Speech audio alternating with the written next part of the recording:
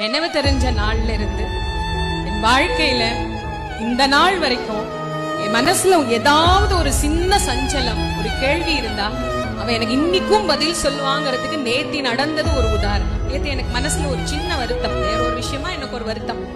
ஏமா நான் உனக்கு ஏதாவது தப்பு பண்ணிட்டேனா, ஏன் என்ன நீ சேர்க்கல, என்ன ஏன் நீ இந்த நீ தள்ளிட்ட, நான் உன்கிட்ட இருந்து ஏதாவது தூரமா போயிட்டேனான்னு காலம்பர பூஜை பண்ணும் போது அம்பாள்கிட்ட கேட்டேன்.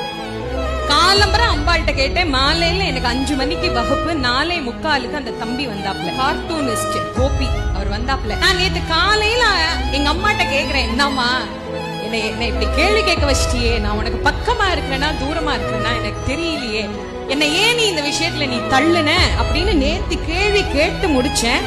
4:45 நான் வகுப்புக்கு கிளம்பி அலுவலகத்துக்கு நான் போறேன். அந்த பையன் அங்க உட்கார்ந்துருக்காப்ல. அம்மா உங்களை பார்க்க வந்தேன், உங்களுக்கு ஒரு கிஃப்ட் கொடுக்குறேன்னு. சரி, நான் அதை திறந்து